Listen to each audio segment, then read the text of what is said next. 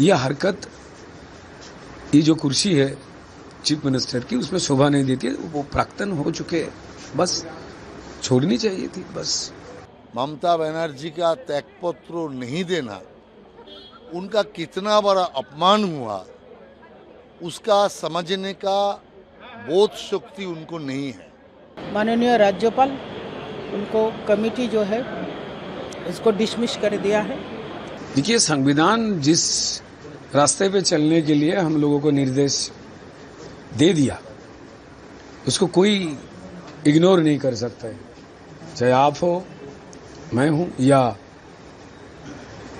मुख्यमंत्री हो, या कोई भी विधायक मुख्यमंत्री, कोई भी सरकारी या बेसरकारी जो भी है, संविधान में लिखित जो चीज़ है उसको कोई इनकार नहीं कर सकते। दुखदायक है, जैसे ये SIR ना होने देने की बात हो या कुर्सी ना छोड़ने की बात हो, ये दुखदायक है। मतलब यह हरकत, ये जो कुर्सी है चीफ मिनिस्टर की, उसमें शोभा नहीं देती है। वो प्राक्तन हो चुके, बस छोड़नी चाहिए थी बस। कल जो घटना घटा है, जिस मामले में तो जो PA जो था उनको गोली मार दिया गया और ड्राइवर भी घायल, इस पर क्या बोलेंगे? इस तरह चुनाव के बाद जो परिवर्तन हो रहा है। देखिए, बंगाल के अवाम, बंगाल के पूरा जनगण इस घिनौनी जो हरकत है, किन लोगों ने करवाया, कैसे हुआ, ये सबको मालूम है। तो ये जो क्रिमिनल राज है वो खत्म होना चाहिए, सिर्फ दिमाग से नहीं, दिल से।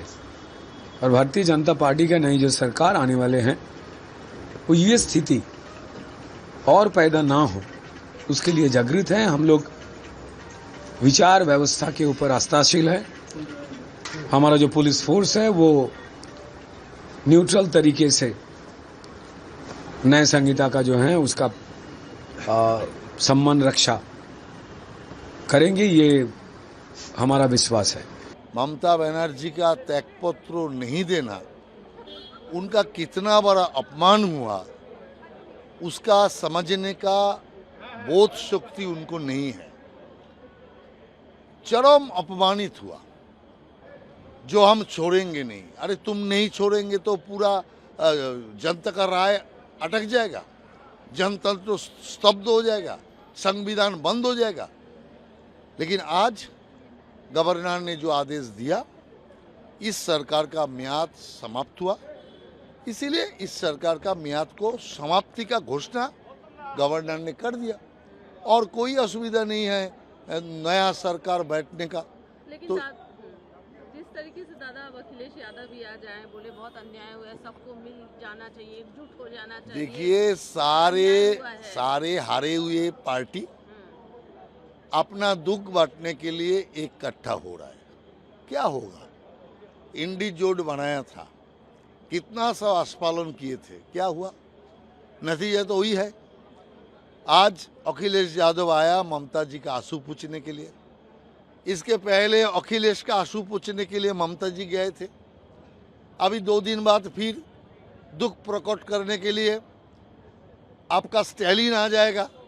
तो सारे हारे हुए मोर्चा इकट्ठा होके वो लोग आगे के लिए सपना देख रहा है। सपना सपना ही होता है, हकीकत नहीं बनता।